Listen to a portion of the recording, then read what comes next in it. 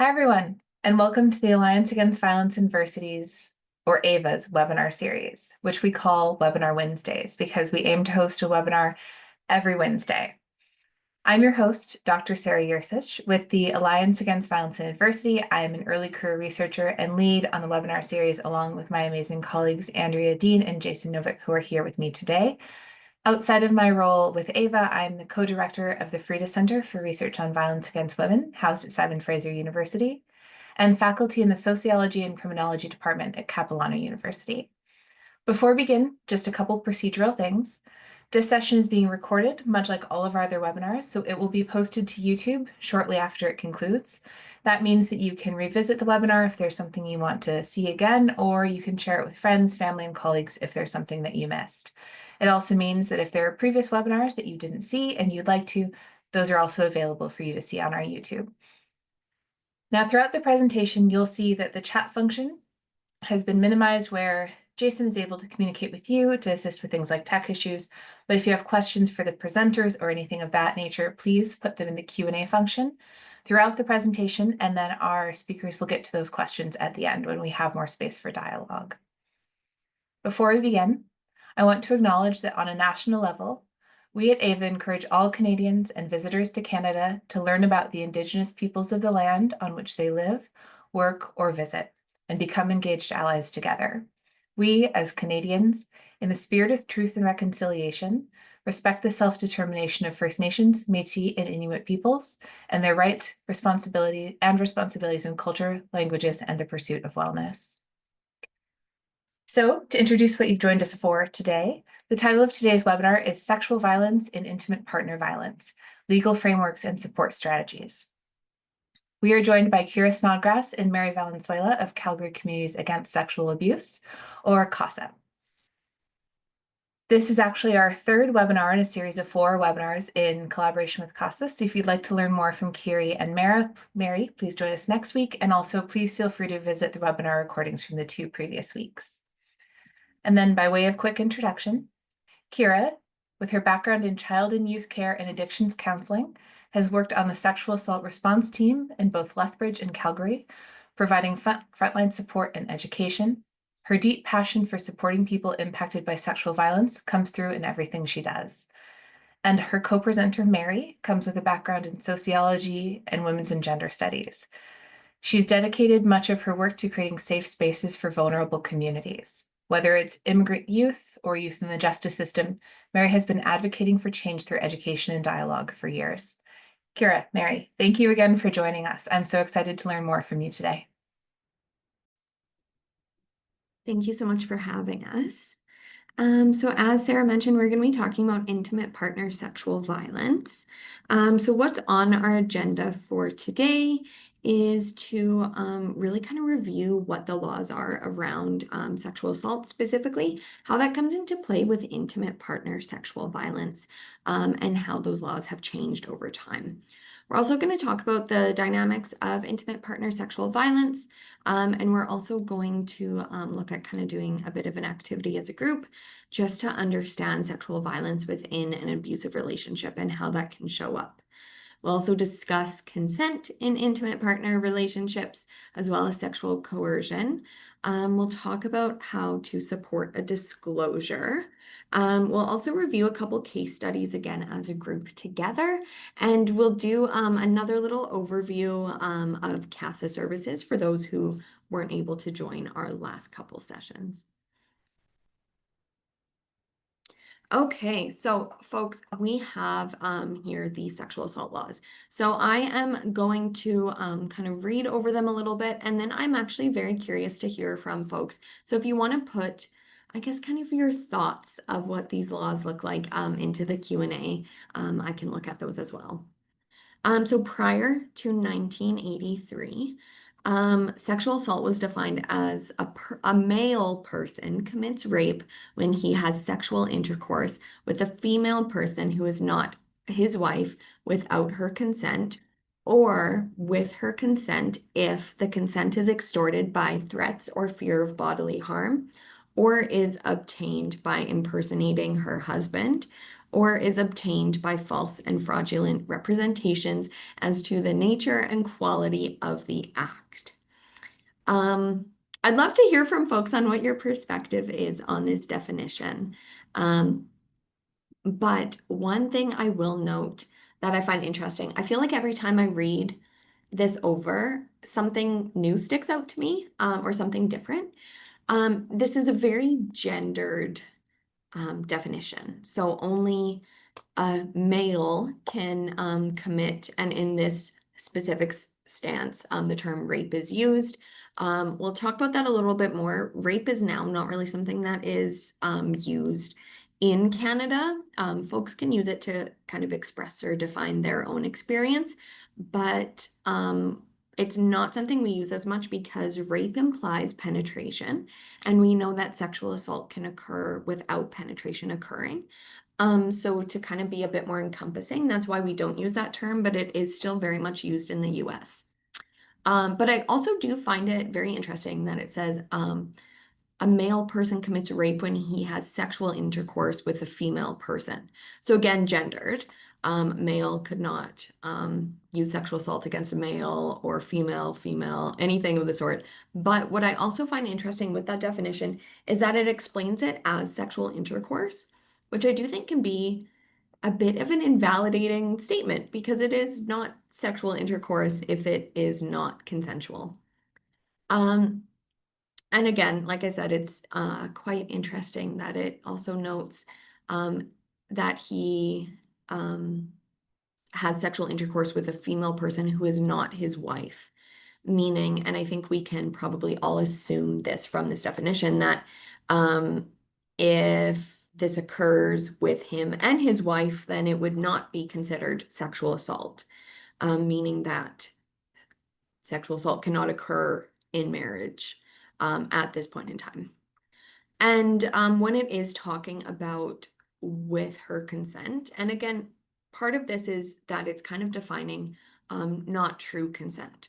So basically, if her consent was given by like it being coerced, extorted by threats or fear of bodily harm, I do find it very interesting that it says obtained by impersonating her husband.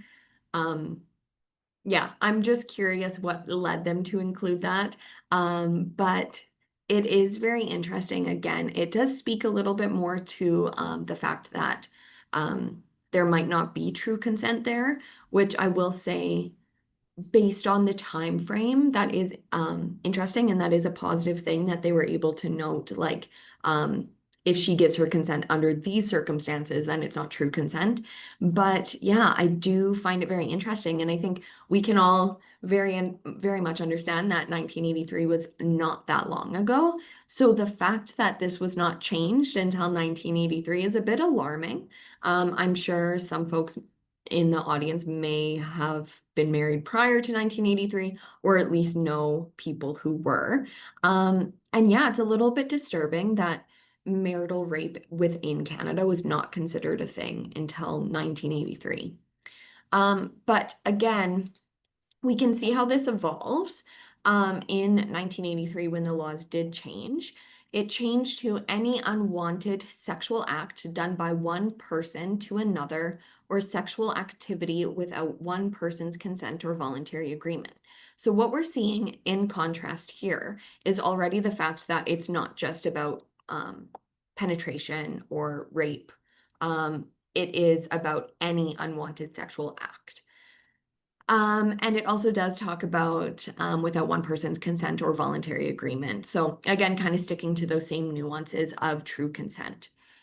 It goes on to say the laws relating to the offenses of rape, attempted rape, and indecent assault were expunged from the criminal code and replaced with a trilogy of sexual assault offenses.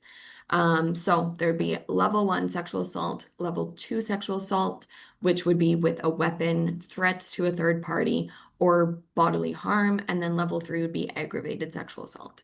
So what we most commonly see would be what would be classified as level 1. The important thing to note when we are talking about the criminal code is that we're not looking at a hierarchy of impact. We're talking about the degree of physical violence or threats used in the act of sexual assault. So that is important to note, but I'm sure folks notice that this is way more encompassing and way less limited. One thing I will say is that I've had some folks give the feedback that this new definition seems very broad.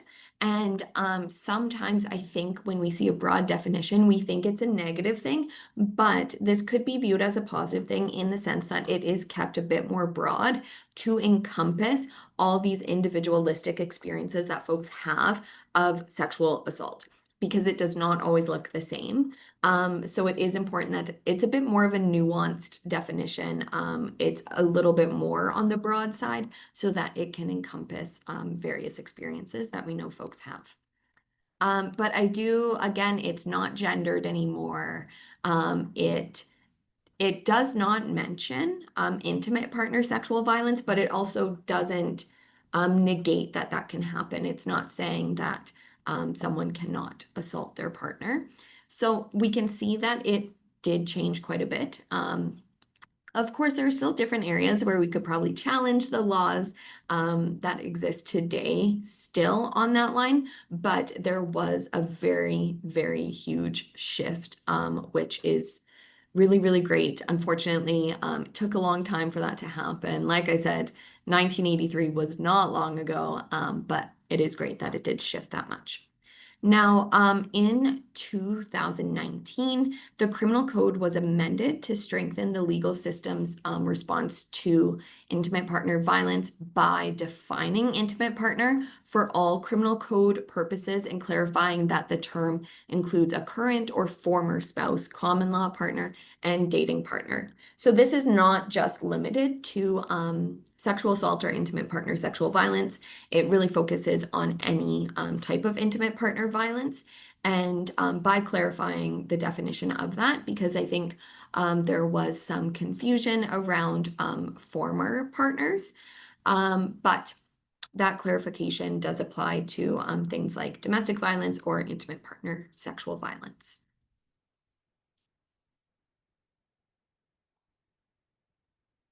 Okay, and you've already heard me say sexual violence quite a few times. For folks who have joined our previous sessions, the sexual violence umbrella will not be a new concept, but for those of you who are just joining us today, one thing that is just very foundational for our whole discussion, when you hear us talk about sexual violence, it is an umbrella term, meaning that it encompasses any act of sexual violence. So that can include child sexual abuse, sexual assault or rape, sexual harassment, stalking, indecent exposure, degrading sexual imagery, voyeurism, cyber harassment, intimate partner sexual violence, sexual exploitation, or trafficking.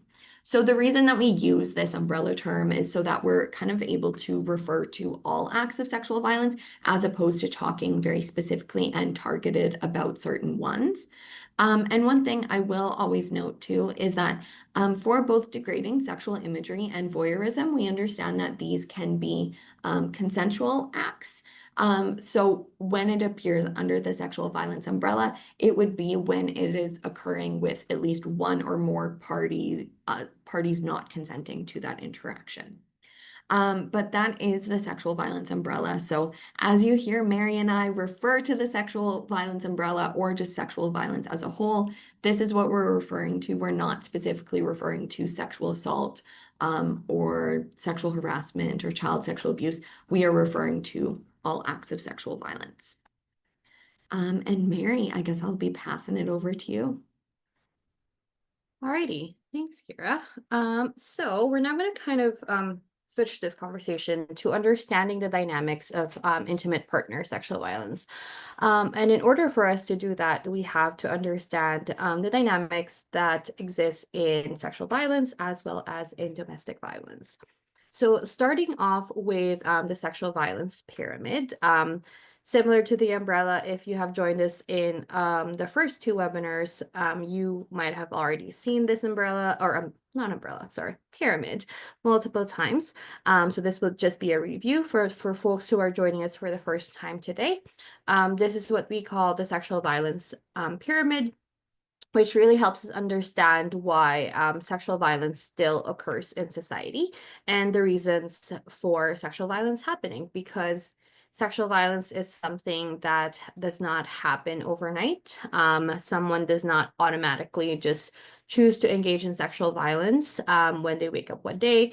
Sexual violence is something that happens over time. People get exposed to different experiences throughout their lifetime, which eventually influences that choice, that decision to engage in sexual violence. So, over the course of their lifetime, they get exposed to experiences which build those attitudes and beliefs that they have. So those attitudes and beliefs that serve as the foundation of our pyramid here are things that influence how we view ourselves, how we view other people, how we treat ourselves, and how we treat other people as well. Unfortunately, these attitudes and beliefs are not always positive, and they can come in the form of discrimination. And that is something that we see with those isms that we are probably aware of. So things like racism, sexism, ageism, classism, ableism, those are discriminatory attitudes and beliefs that are actually systemic, which means that they influence how our society functions. So they do give one group of people in society more power and control over another group of people. So when people who are parts of the dominant group think that they have more power and control over another individual, or they see that person as less than or beneath them, then they might ignore that person's consent or push past that person's boundaries. And that is when sexual violence starts to happen.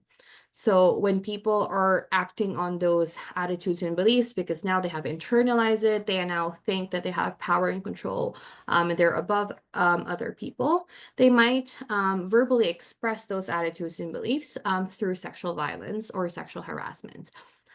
So when people are making comments about someone's body that make them feel unsafe and uncomfortable, or making jokes that are not actually funny but are making people unsafe, that are also sexual in nature, then that is sexual violence happening.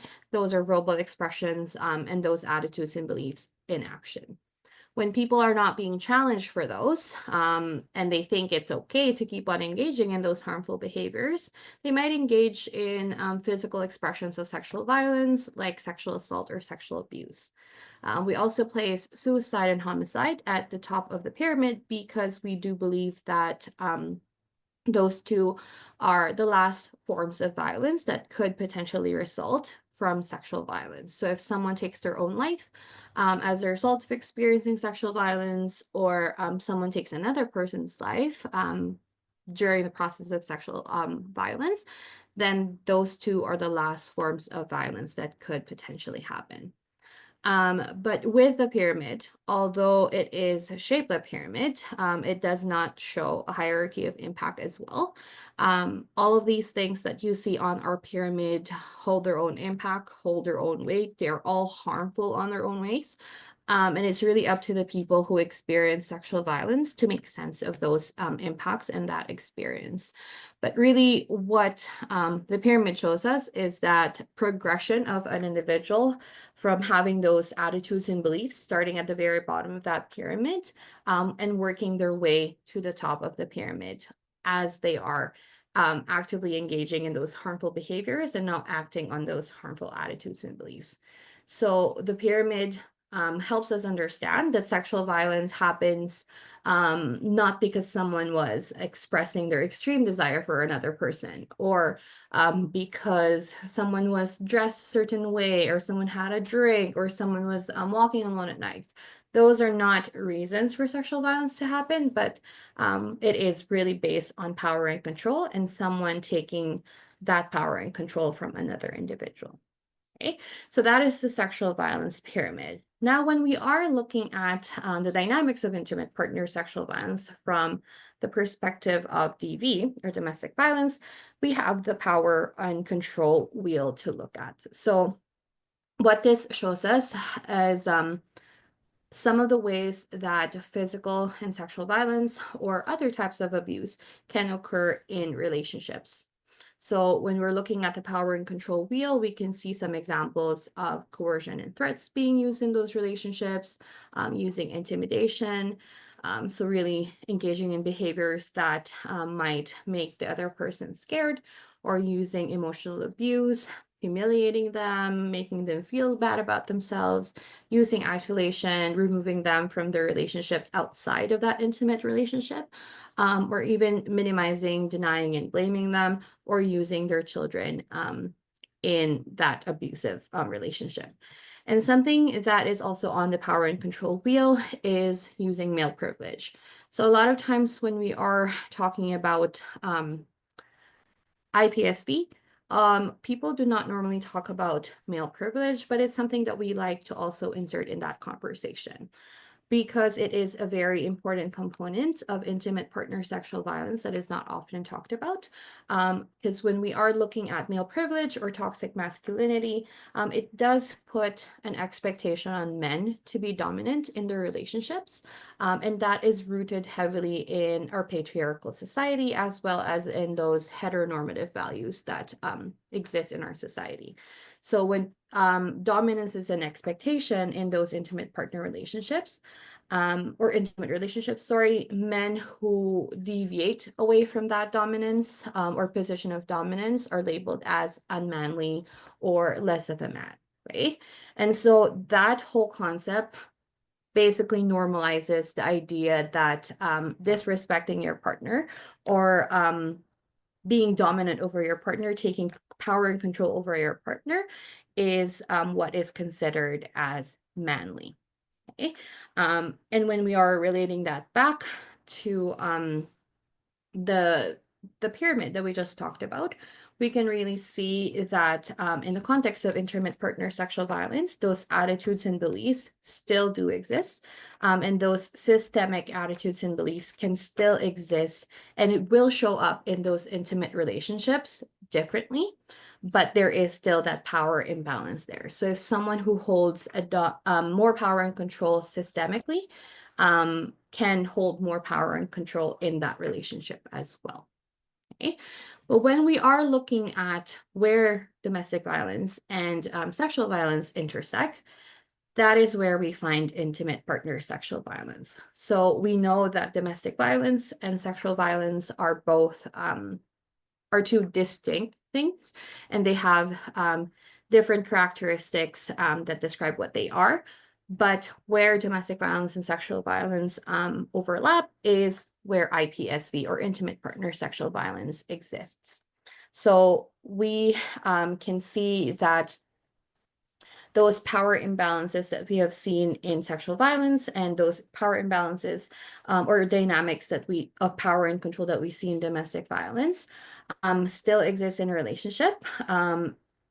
And it can create further imbalances of power. And although that does not mean that the relationship will be automatically abusive if there is an imbalance of power there, it does set up a foundation for abuse to occur if it does actually occur in the future. But looking at our Venn diagram, yes, with intimate partner sexual violence, we know that it is a huge issue, although it's not being talked about a lot, because with numbers, we know that between 14 and 25% of women are sexually assaulted by intimate partners during the relationship. And we also know that between 40 to 45% of women who are in abusive relationships will be sexually assaulted during the course of the relationship, and that could be multiple instances as well. So we really need to talk about this issue more often and shed more light to how much it happens, so we can best support the people who disclose that experience to us. Okay. Alrighty, so we're now going to do a little bit of an activity, and we are going to utilize the question and answer, the Q&A feature of this webinar. So when we are thinking about sexual violence intersecting with other forms of abuse, what are some examples of that we could think of? because sexual abuse is one way that a person may use to gain or maintain their power and control over another person in that relationship. But how might sexual violence show up in or intersect with emotional or verbal abuse, physical abuse, financial or spiritual abuse as well? So I'll give folks about a minute to share what they think of in the Q&A, and we'll look at that.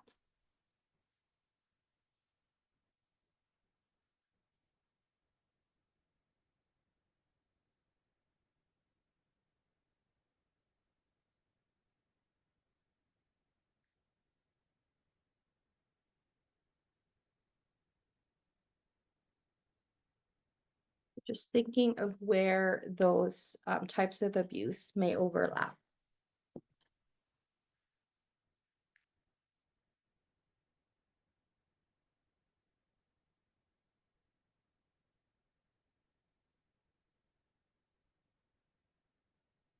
We got from participants saying an abuser forcing their partner to exchange sex for money with the abuser's friends. Yeah, definitely. That could be considered as physical, and it could also be exploitation as well, right?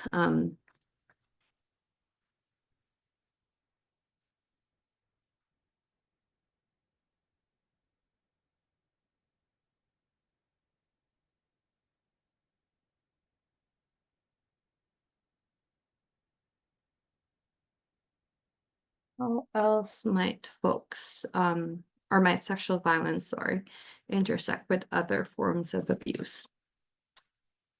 Or that could also be financial, I guess. Previous example. I find another common one with financial too is like withholding finances over someone's head. So either saying like, you know, I won't give you money if there's someone who's kind of more in control of finances. I won't give you money or you won't have access to money unless you do this. Mhm. Or maybe even using the fact that someone's maybe the primary breadwinner Mhm. over the head of the other person to kind of have that level of manipulation, or even like use that as guilt to engage in sex or sexual acts. I feel like Mhm. those can be some common ones with financial as well. Yeah, 100%. And another common one that we usually share is just the expectation that a partner will engage in sexual activity if you buy them something, Yeah. especially if that something is expensive. So like Yeah. fancy dinners, fancy bags or shoes or clothing. But that comes with the expectation that you gotta have sex with me after I buy you this. Yeah, that's so true. And I feel like I've heard that experience from other folks where it feels like an expectation. So if their partner takes them out for dinner or something, Mhm. like you mentioned, it's like it's an unspoken expectation. And if that expectation is not met, there is it kind of almost goes into that emotional or verbal abuse piece too, where there's a lot of belittling. And I find like emotional and verbal could even look like withholding other forms of intimacy, like emotional intimacy, from someone to try and manipulate them or coerce them into engaging in sex because it's like, well, if you don't give me this, I won't give you that. Or even just like I would say manipulation and coercion would fall under emotional and verbal abuse anyway. But there can also be physical elements there too. Like if you don't engage in sex with me, I won't like hug you. I won't give you other forms of physical intimacy. Mhm. And I think even in terms of physical, there can be when we look at like threats of violence, that would fall under physical as well. Yeah. And I think that can be really tough for people too. And um, when we look at spiritual, I find it really kind of depends on what someone's spiritual beliefs or background Mhm. is. But for some people, and Mary, you and I have been able to have some really candid discussions with folks when we've been facilitating where they've shared, like in my culture, my spiritual beliefs, like that background. Um, Mhm. it is viewed as like a wife's duty to have sex with her husband. So it's really not about if you want to. Mhm. If you don't want to, you have to. Like it's Mhm. not, it doesn't really matter what one party wants. It's about there being a level of duty viewed. And we've been able to have some really good candid conversations about that with folks. And that can be a piece that is there as well, regardless of a belief system, regardless of a culture, it could still be viewed as like, as my partner or as my significant other, it's your duty to do this. And even going as far as to say, and if you don't, then I'll seek that outside of this relationship, Mhm. which could fall under a few of these categories. I find a lot of these do overlap too. Yeah, 100%. You nailed that. But I really like how you mentioned expectation, and or our conversation kind of went into expectation from like a small scale Yeah. perspective, which is within that relationship, and how it is cultural as well. And we Hmm. can see that those expectations really play into how much power and control is embedded within those smaller relationships, as well as those bigger relationships that we have in society. So, really, again, going back to that whole idea that sexual violence is really rooted in power and control, right? Because it can happen just because of those, sorry, not just because, but it can happen because of those expectations that we already have at the back of our heads that are just there sitting, and they come out subtle sometimes, and we don't even recognize them, that, oh, okay, this is already something that I'm not comfortable with, but because you are fulfilling an expectation there. But yeah, For awesome. sure. Yeah. Thanks, Kara. Alrighty, and thanks for folks who have shared as well. Alrighty, so shifting this conversation back to or not back, but like to sexual consent in committed relationships. So we're just going to talk about how that can look like in committed relationships, or like relationships that have been or are long term. So when we are defining sexual consent in a relationship, there are three aspects that we are usually looking for. So the first one is the feelings, the second is communication, and the third one is perception. So feelings is basically those internal willingness to engage in sexual activity that we feel in that moment. And communication is how we communicate that to our partners. So whether that's verbally or non-verbally, so what are those cues that we are using to communicate that we are willing to engage in sexual activity with them? And the third one is perception, which is how the other person perceives those cues. So whether or not the partner who is communicating those cues would be refusing or willing to engage in sexual activity, that person, the other person, will be perceiving that. And that really depends on how sexual consent was established in that relationship as well. Because sexual consent is also multidimensional, which means that it can evolve through time. So how your relationship or sexual consent in that relationship was perceived, or maybe how you communicate it, it would be different from when you started dating to maybe year 10. Okay. And multidimensional because sexual consent can also change depending on context. People can have different internal feelings depending on the time, the place. So really, it can change depending on the context, no matter how long your relationship is, okay, or have been going on. The levels of power and control between partners also plays a really big role when it comes to sexual consent in committed relationships, because there must be equal power between all the people who are involved in that relationship for sexual consent to be there.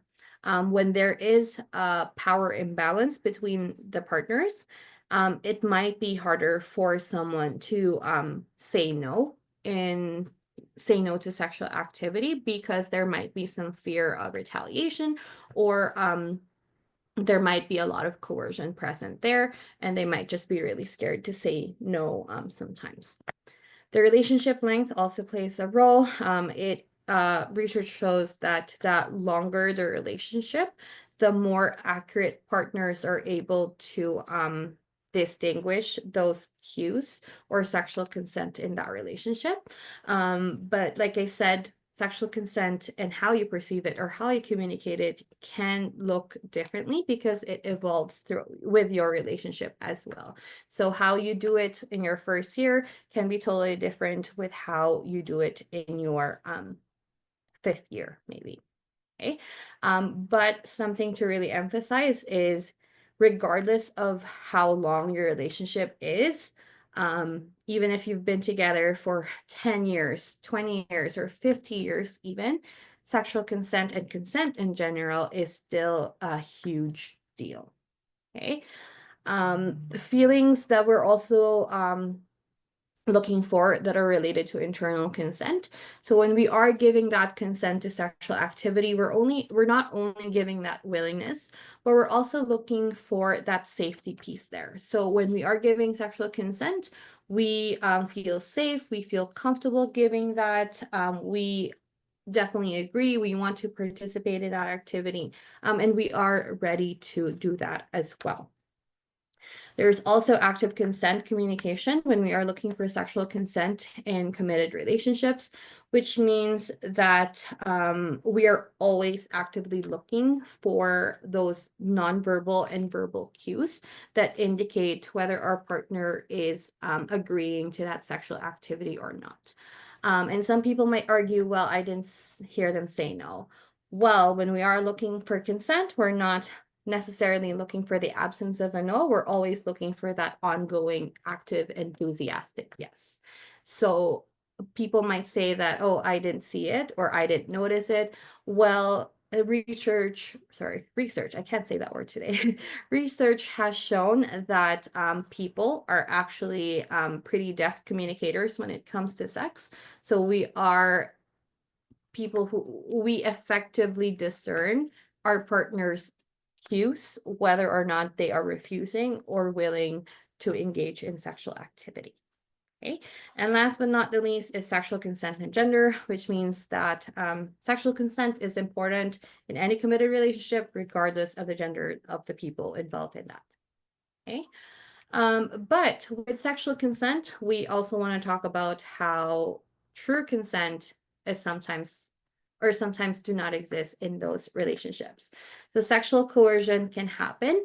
And so if someone gives in and says yes to sexual activity, but they don't really want to engage in that, coercion, manipulation was there, and that is not true consent. Okay. So there are 8 basic ways that sexual coercion can happen in intimate relationships, and these are those 8 basic ways. So inducing helplessness and inducing hopelessness are kind of similar in a sense that the person who is not able to say no have already learned from previous experiences that they cannot say no. So inducing helplessness means that this person has already accepted that saying no will not really make sense because it will always be ignored, and there is a risk that they will be physically overpowered. So they kind of just avoid that at all costs. Inducing hopelessness is knowing and accepting the fact that if they say no to sexual activity, then the consequences for saying no would be worse than actually just complying to sexual activity. So the other person might give them the cold treatment, might be really mean to them, or might even mistreat their children if they have children in that relationship. And they want to avoid that by just agreeing to sexual activity. Physical harm or threats of physical force would be physical ways of overpowering that person or harming them, but are outside of that sexual encounter. So similarly, people have learned that if they submit to sexual activity, then they are lowering the risk of that physical harm happening outside of that sexual activity. Withholding intimacy, we kind of talked about this a while ago, but really kind of a physical or emotional way of coercing someone. So maybe not giving them hugs, or even if someone really likes holding hands, withholding that to get sexual activity in return. or really manipulating them, using their emotions, humiliating them sometimes, or gaslighting them even.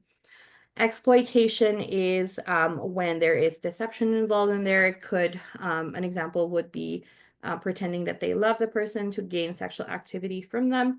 It could also be pushing alcohol to lessen their ability to say no in that situation, or exchanging sex for other things like what we gave you folks as an example for financial abuse. Could also be bullying, so really humiliating them, calling them names, calling them uptight, prude, or all those derogatory terms. Pressure is when someone is begging or nagging the other person, or using really persistence until eventually that person gives in. So this could sound like people saying, we have had sex before, why won't we do it? Do you not love me anymore? All those sorts of things. And the last one is relational threats or manipulation. So using the relationship to threaten them. So threatening to end the relationship, or threatening to find sexual activity from outside of the relationship, or even calling their partner as a bad lover or a bad boyfriend, girlfriend, whatever.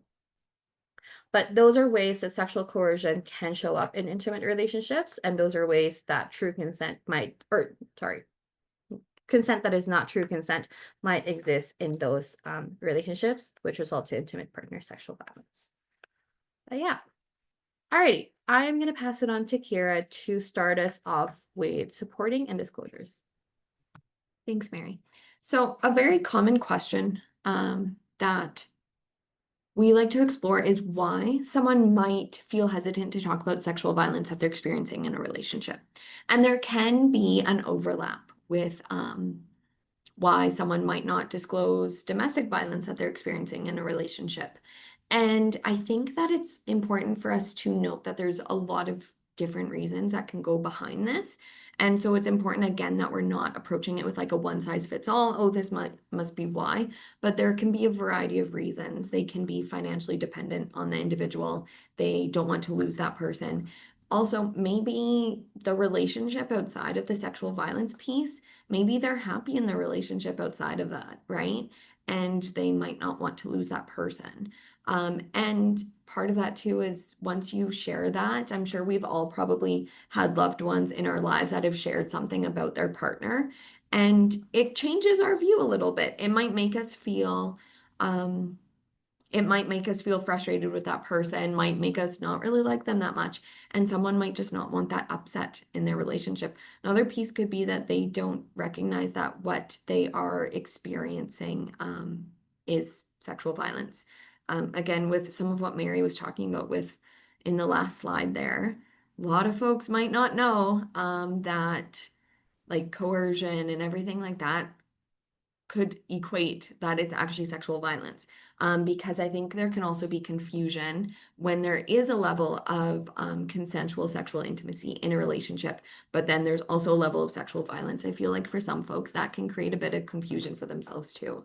So there's definitely a lot of reasons, but we're going to play a video here that will speak to a disclosure of intimate partner sexual violence, and we'll talk about it a little bit. So pay attention to some themes of why she maybe hasn't talked about it before or isn't really looking to talk about it much further outside of this.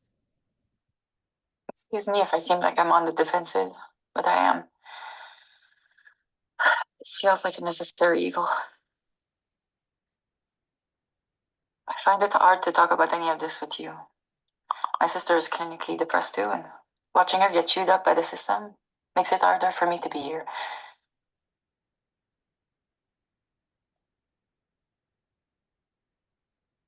It's has been going on for years, most of my marriage. I thought it was normal. He's always been aggressive, and I guess his sex drive is stronger than mine.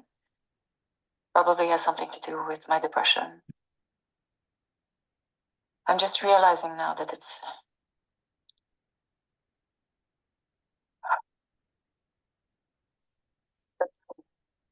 me and my friends were joking around about our husbands and how things weren't the same as when we were younger, our sex lives. And one of them said how she practically had to beg her husband for it. I thought that was funny and said, I had to beg mine to stop. But if I wasn't in the mood, he would just keep badgering me, saying things like, why are you so frigid? I'm your husband. You should be giving it to me. Other times, you would just take it by force.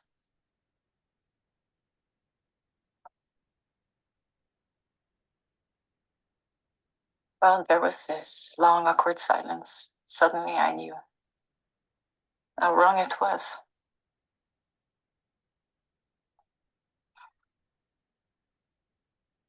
We have a good life. 2 beautiful kids. He's a great father. And he just got promoted. I'd hate for him to lose his rank over this. But now that my eyes are open,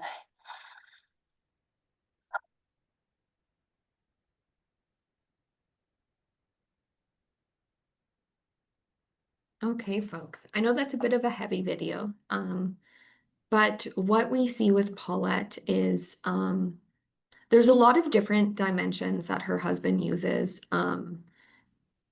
to exert intimate partner sexual violence in their relationship.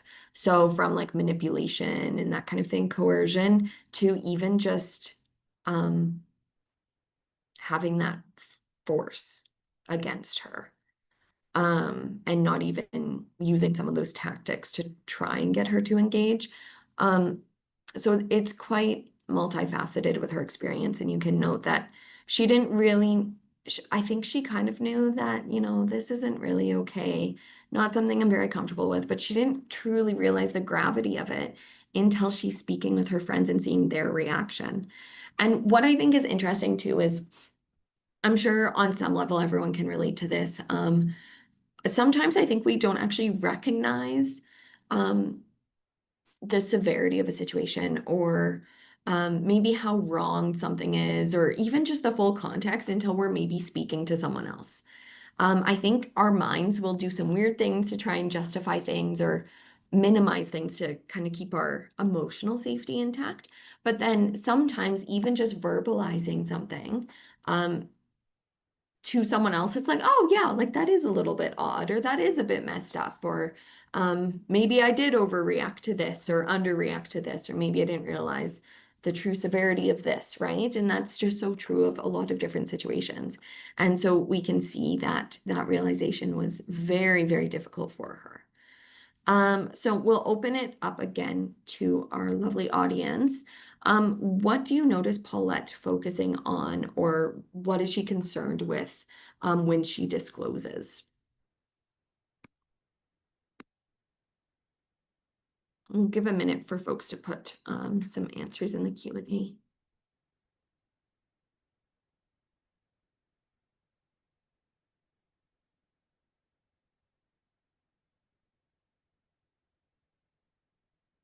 Someone shared his identity and society's perception of it. Yeah, for sure.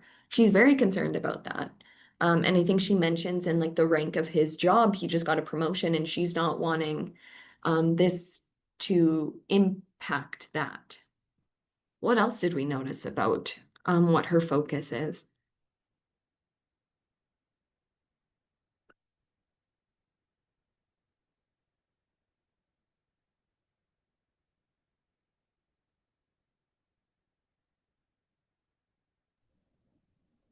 I think there was also a level of fear there, and like disclosing, because she mentioned something about her sister, being, I guess, not being treated well by the system. And maybe there is some level of fear of experiencing the same thing that her sister did, which kind of stops her from disclosing her experience. Yeah.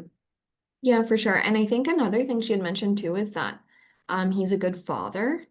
Mhm. And like they have 2 wonderful kids, and she doesn't want her kids to lose their dad, or to maybe even have a changed perception of their dad. I'm sure that's something that would be going on in her mind too. And I agree, Mary, there was a couple things she said that kind of implied fear of how she'd be received.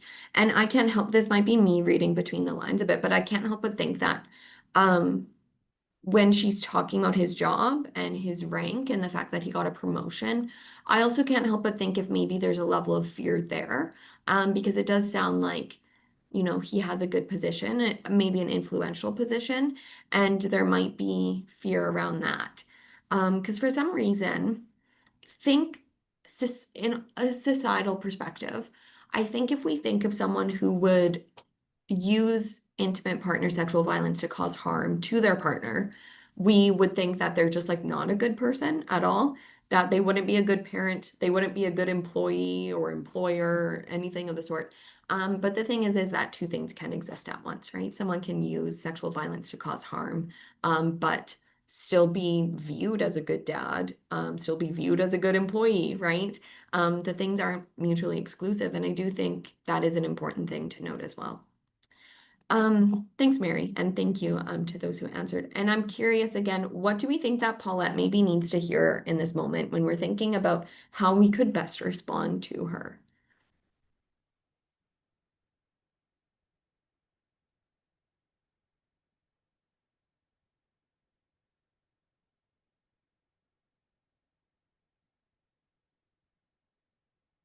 Someone shared validation for sure. I think, yeah, I really agree with that. I really feel like being able to validate her feelings and say, like, even, yeah, it makes sense that you feel conflicted.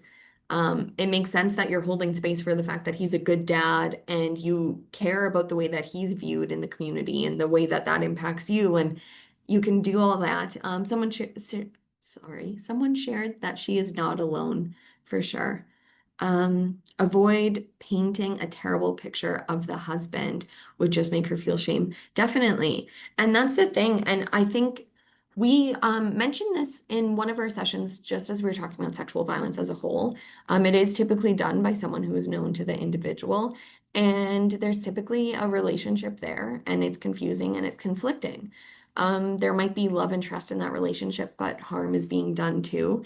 And when we are, if we were to just say, yeah, your husband sucks, he's awful, he's harming you, he's a bad guy, what it would do is create a barrier of support and kind of impact that ability to give her appropriate support because she would be defensive, right? That's also her children's father that we're talking about, and she maybe still has loving feelings for him. So yeah, I think that also kind of summarizes what we would maybe say to support her is, you're not alone. Your feelings are normal, your feelings are valid. And that also does lead us into our key messages of support. For folks who have joined previous sessions with us, these are not new, but let's talk about these as it relates to Paulette specifically and how we can apply them to other folks who disclose intimate partner sexual violence. So for Paulette, I believe you. And what we have always said with these key messages is they're really kind of the groundwork for how we support. They're the inspiration for how we support. They don't need to be said verbatim. Paulette might know from our body language and the fact that we're saying, I'm really sorry this is happening, that we do believe her, right? And we can highlight that it's not her fault. Especially because there's a level of coercion and manipulation that she shared that goes on where she's almost feeling bad about not wanting to engage in sexual acts with her husband. So then he essentially bullies her and coerces her, manipulates her into that. And we can remind her, that is not your fault. He is doing that. That is not your fault. If you are not wanting to be intimate at the moment, that is okay. You do not need to do that. It is not your fault. And also saying her needs come first. She's very concerned about his view in the community, in his work, and that kind of thing. And just highlighting for her that her needs do come first. And one thing I will say is that when we share with her that her needs might come first, she might decide that what she needs is to stay with him. and to maybe at this time not address what is going on. And while that might be something that we're like, no, Paulette, like we don't want you to have to continue to endure this. If that is what she needs at this time, then that is what she needs, and we can support that. Because again, like I said, we can create a barrier to support if we're instead telling her, no, you need to leave him right now. You need to do this, this, and this. Like I said, we can validate and prioritize her needs and what that looks like. We can also normalize her feelings. Someone said that too. You're not alone. And well, what is occurring is not normal and shouldn't be normalized. Her feelings are normal for an abnormal situation. What she's feeling makes complete sense and it's valid. And I support your decisions. This kind of goes into what I said about her choosing to stay with him, choosing to work through it, or choosing to potentially leave. She can know that we have her support. Maybe in our heads, we would do something different in a situation. Maybe we secretly wish she would do something different than what she's choosing. But we can just support her in that. And she can know that she can always come back to us and seek further support if she ever decides she would like to do something else. And that is the important thing, is really prioritizing her and her needs, and keeping that bond of the relationship from her disclosing at first, right? Because that's a very tough and vulnerable thing to do. And it's important that she knows that she can come back to us as needed for further support.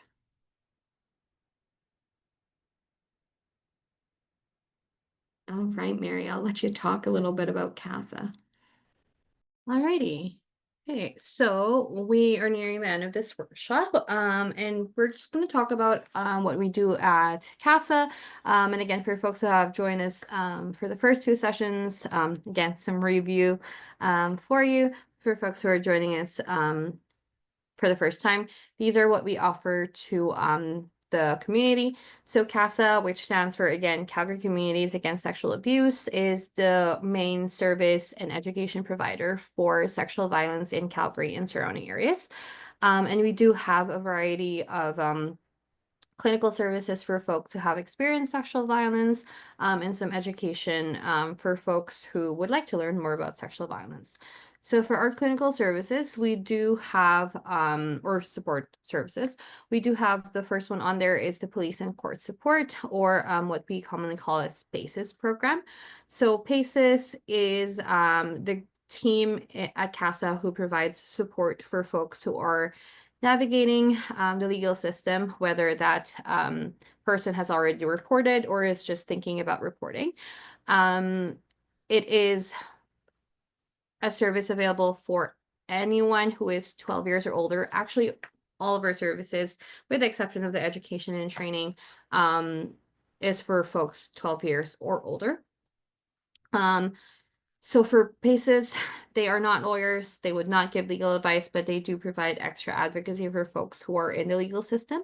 So they can provide court tours. They can be there through their reporting process. They can connect them to the victim assistance support dogs from the Calgary Police Service, and be there throughout the trial. So really providing extra support and care to individuals who are in the legal system. We also provide counseling for folks. We have up to 24 free and confidential sessions for folks who have experienced any type of sexual violence, whether recent or historic. We also offer up to 6 sessions for support people. So anyone who is providing that care and support to an individual receiving counseling, or someone who may be present, who was present during a CSART CSART session, and we'll talk about that in the next bit here. And we can offer counseling individually or for group counseling, and we can offer them through Zoom, through phone calls, or in person. We also have our sexual assault response team, or what we commonly call as CSART.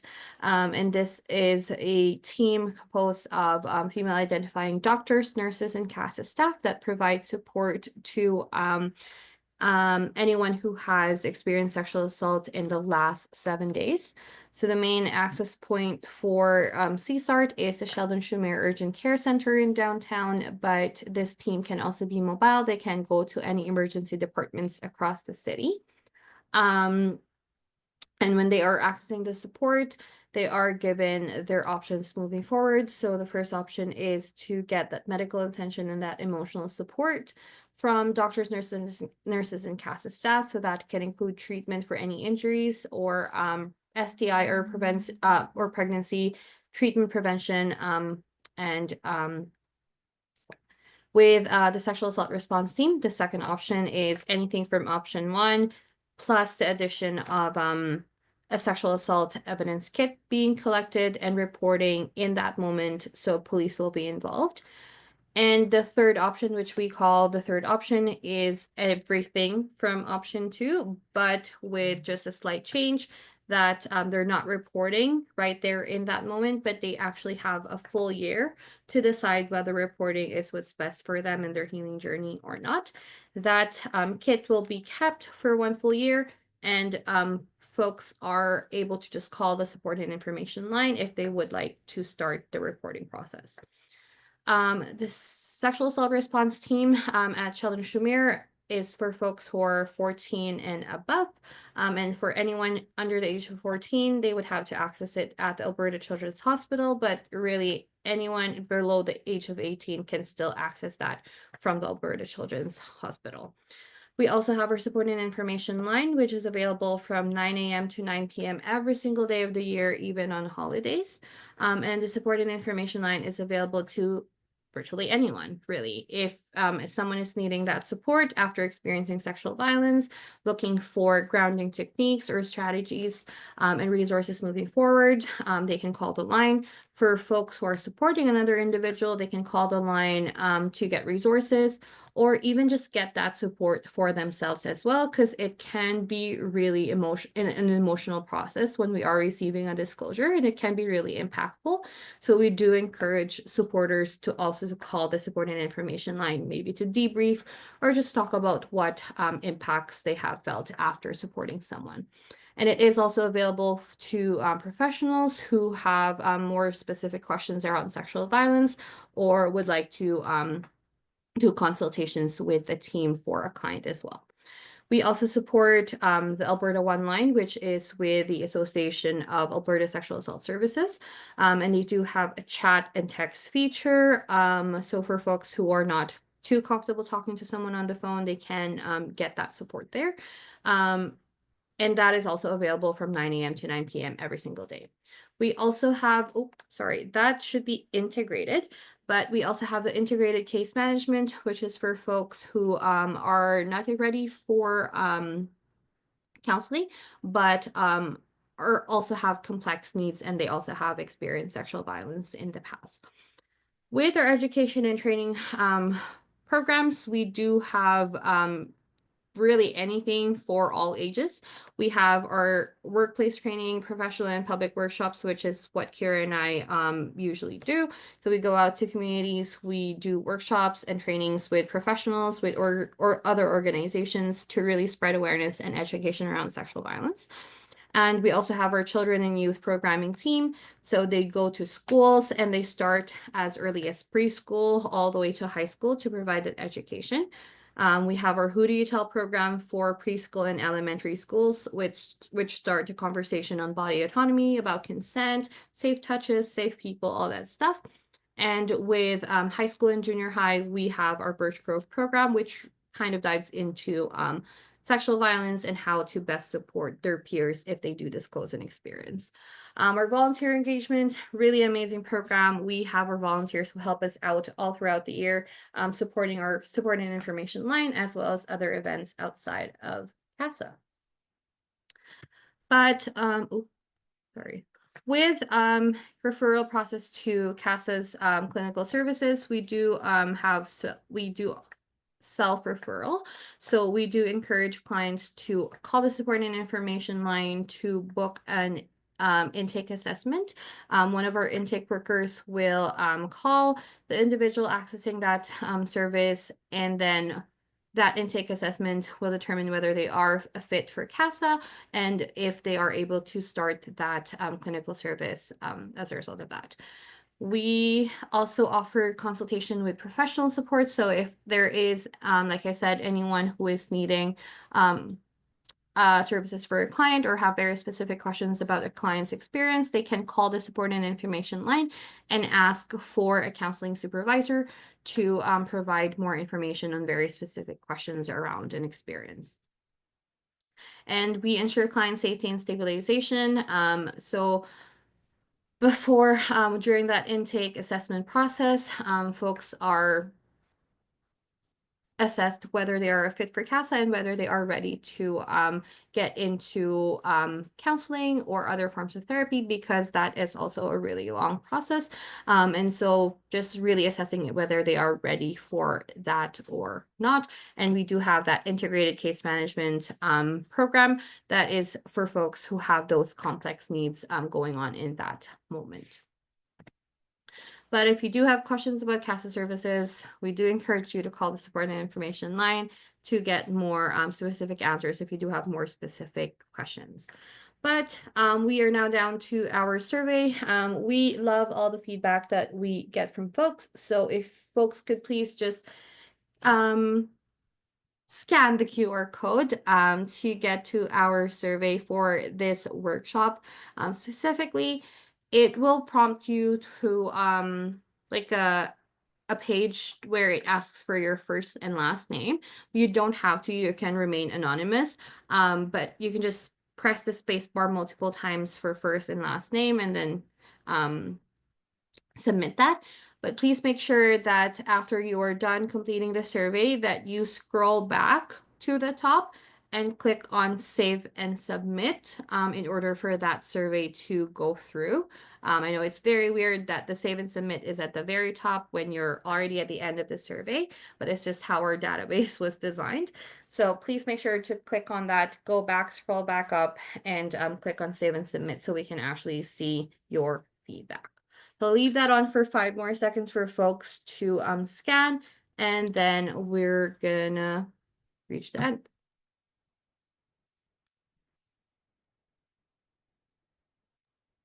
While Alrighty. people are saving and scanning, sorry, I didn't mean to cut you off. Yeah, for sure, for sure.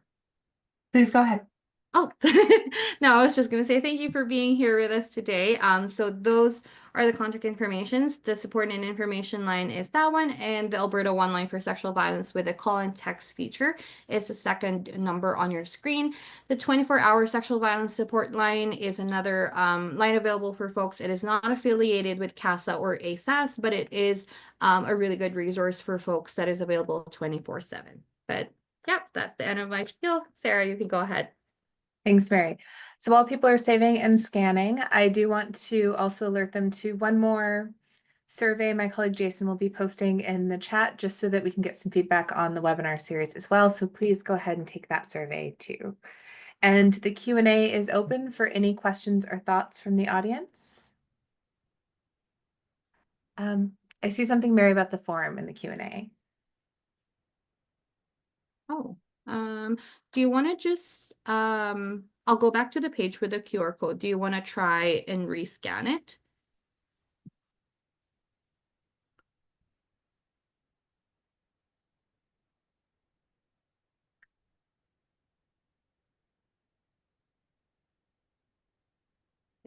Please let us know if this works this time.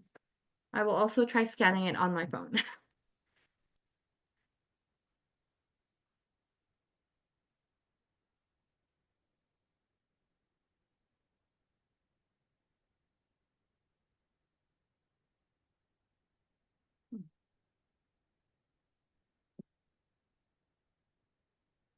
If anyone else are having troubles with the QR code or the survey, please let us know.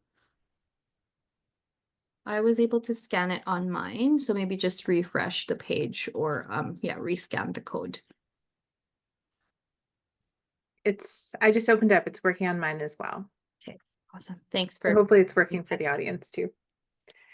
So for those of you who are here, the Q&A is open for your questions. And while we give everyone a little bit of time, I did have kind of a question for both of you as well. I remember, and I was just thinking about this throughout your presentation. I remember when I was an undergrad, far too many years ago, we're not going to talk about just how many, but it stopped being just a single decade a while ago. And I read in one of my violence classes, like a 1980s book called License to Rape, where it talked about how even rape in marriage was legal until in the United States, which is where I went to university sometime in the 80s. And I know that similar legislation came into Canada in the 80s as well, that being married implied consent. And even now, when I teach my own students that, there seems to be a lot of surprise where they don't realize that consent still exists when you're in a relationship or when you're married.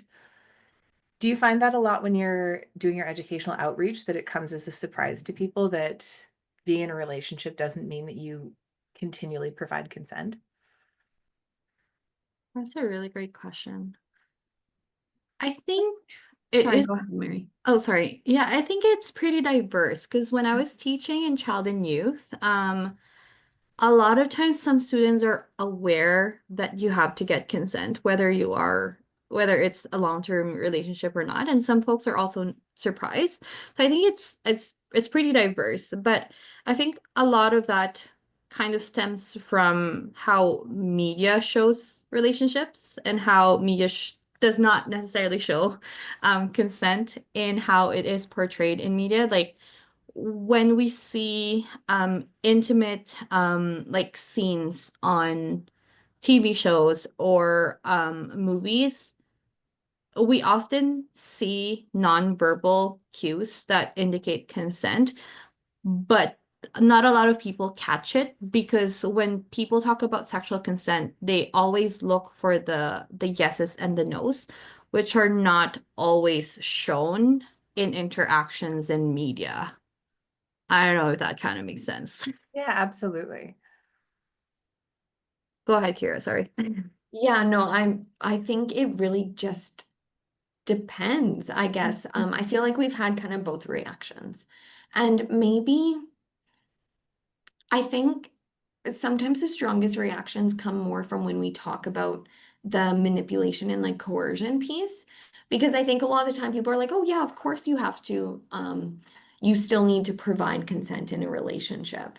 But then when we talk about like consent isn't obtained through guilt or coercion or manipulation or threats or anything of the sort, that almost rings a bit different for folks. It's like they agree with it, but it's almost like this level of, oh, Mhm. because we just have this idea, again, like what Mary said from media about sexual violence always being done by like physical force.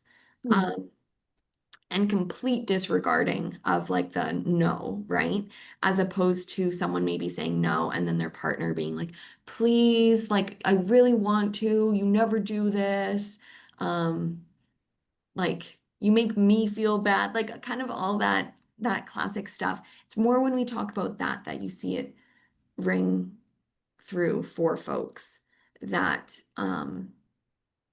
it challenges what they've kind of thought about like implied consent or intimacy within those relationships. Absolutely. And when you're doing work, because I know your work is focused a lot on education, but the work of CASA generally expands beyond that. Mhm. Do you find that there's a lot of support for trainings and understandings around this? Like, or is it one of those issues that we tend not to focus enough on? Yeah. I don't feel like there's enough on this out there. It's not super accessible. I think finding information specifically on intimate partners sexual violence is not as accessible as maybe finding like DV info. I definitely think, of course, it kind of depends on where you look and everything like that. But I think with intimate partner sexual violence specifically, there's a lot to unpack there. And I also feel like that is a great area to be able to have live trainings because pre-recorded ones don't can't always go into all the nuances because like I said, it's a lot to unpack. It's a lot to there's a lot of different scenarios that we can talk about. I find when we do this training, that's what we get is a lot of scenario questions. Um, so I feel like there could definitely be more. I'm sure that's true of a lot of stuff though, including sexual violence, domestic violence. But I feel like intimate partner sexual violence is a little bit underrepresented in training accessibility. Absolutely. And I've seen that. I don't do the training piece, but I certainly in like the educational discourse and in the social discourse, you really don't hear about it a lot. Yeah, yeah, for sure. I agree. We did have a question come in from an audience member that asks, how would you best intervene when engaging with a woman who truly believes that the abuse or violence is fine based on traditional patriarchal religious values? In other words, genuinely does not believe it is a problem, but keeps experiencing repercussions such as physical trauma. Yeah, that's a really tough one, because there's a couple things that I would say kind of go into play with that.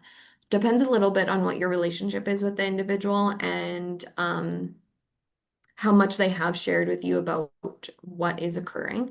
But one thing I will say is that um, a lot of validation and patience, I think, is very important, because when we are just trying to um, help someone see our perspective, it typically will just make them double down on their perspective. So instead, being able to provide that level of like understanding, maybe if there's a relational aspect that you can do, of maybe knowing what it's like to be raised in an environment where that is normalized or accepted. But then really kind of going into saying, you know, this is what actually some of the legal definitions are. How does that sit with you, or how does that feel for you? And really not having that approach of this is what I believe, and you need to believe it too. Um, because while that is, of course, the goal, we want the individual to feel supported and like they can be vulnerable with us. We don't want to break that barrier of trust. So it's definitely a bit of a labor of love to get to that point. It takes a few interactions. It takes yeah, it takes building that trust in that relationship and kind of slowly sharing that. But I always kind of go back onto sharing a little bit about like definitions and just more fact-based things, because then it's less about challenging someone's belief. It's about like presenting um, definitions and legal definitions as well. Mary, I don't know if you have anything to add on that too. Um, I think, yeah, like you covered pretty much of like what I had in mind, but really just providing the education for them, and then eventually, hopefully, that they are able to define that experience on their own as whatever we think it is, but like just not coming in as like, no, you're wrong, because that's their experience. They are making sense of their own experience, and if that's how they perceive that experience to be, then they are able to do that. Like they have all the right to like do that, and we may not be able to understand that fully coming from like a different culture or a different background. But as supporters, that's not necessarily our responsibility to make sense of that and why they perceive that experience as such, but we're there to support, right?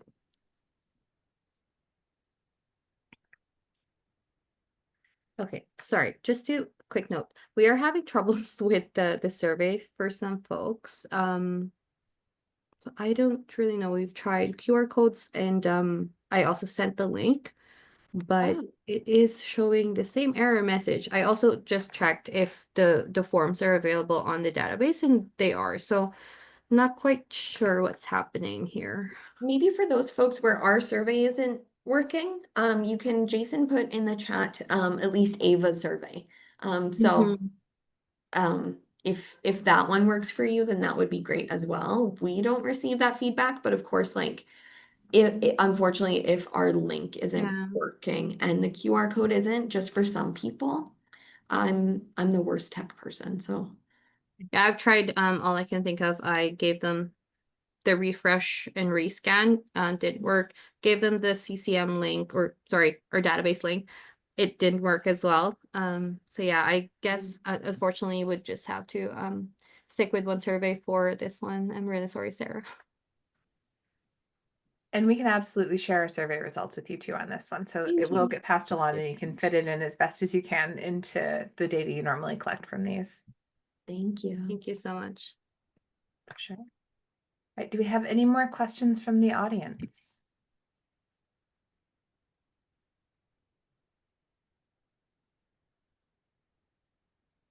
All right. Well, just a friendly reminder to those who are here, Kira and Mary have done 2 other webinars for us if you want to go check those out, and they're doing their final Ava CASA collaboration webinar next week, so please join us for that as well. And Kira and Mary, once again, it is a pleasure. Oh, I think we do have a question. I'll let them hop on the mic. Elise, please go ahead.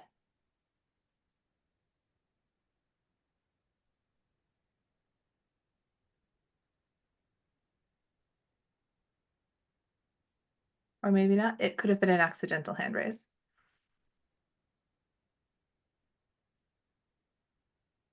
Okay, well, then we'll just go back to thank you both so much. It's such an incredible pleasure to talk to you every week, and I'm looking forward to it again next week. Thanks for having us.